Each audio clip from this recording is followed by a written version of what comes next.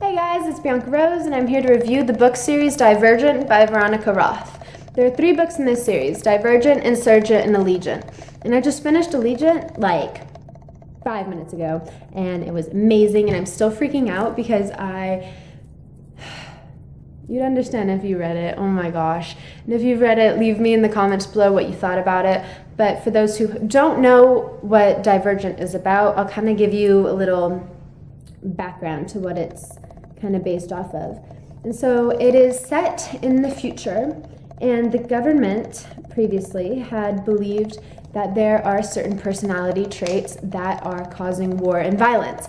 And so they get those character traits and create a faction based on other traits that kind of cancel those out.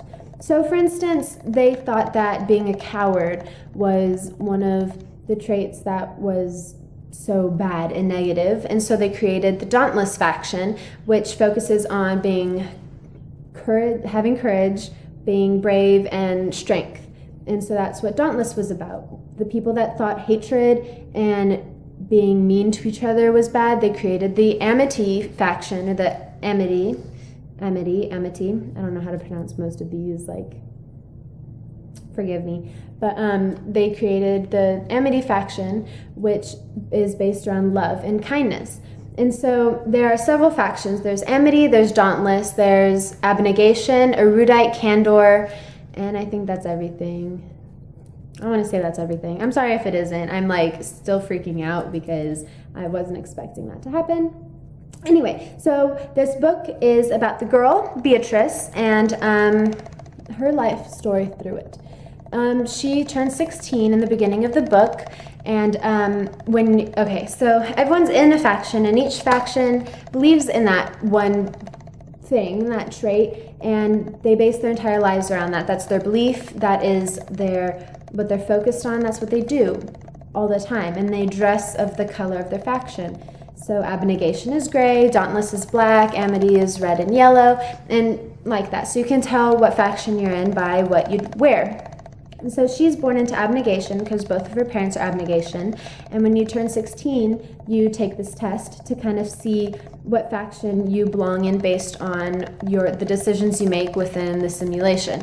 And so Beatrice goes and takes this test, and then she gets her results. I'm not going to say. And based on those tests and based on what you want, you can choose the next day what faction you're going to live the rest of your life in. And so she does that, and you can figure out what faction she lives her entire life in, or not. I don't know. We'll see. And it's her life with everything that happens, because so much happens, and it's really amazing and incredible and good, and it's full of suspense and action and a little bit of romance with a twist, and I don't know, it's just the best series I've read in a very long time. And I love it. And the movie's coming out in about 2 weeks, I want to say. And based on the trailer, it looks like it's hitting the book really well. It looks like it's going to follow it up really well, and I'm excited to watch it. I recommend reading the book before seeing the movie because I love books. I think they're amazing, and it gives you more in-depth experience of what that character is going through, because you can see into her mind versus the movie where it's all an outside point of view, if you know what I'm saying. But if you prefer watching movies, go ahead and see it. It looks like it's going to be really amazing. I wasn't expecting Beatrice to look like the actress that they chose. I was expecting her to look smaller, maybe blonder, someone who seems less strong but then actually is really strong. But I think she'll do great. She looks like a really strong individual, and I'm excited to see how she does and how she portrays Beatrice. And and so I'm looking forward to that. What else? Oh, another point I want to touch is a lot of people are comparing it to the Hunger Games, and there are a lot of similarities. They kind of remind people of each other because the main character is a girl, or at least the initial point of view is of a girl, and then it's a skewed government in the future, and things go down. That's all I'm going to say. But it is similar in that aspect, but it's totally different.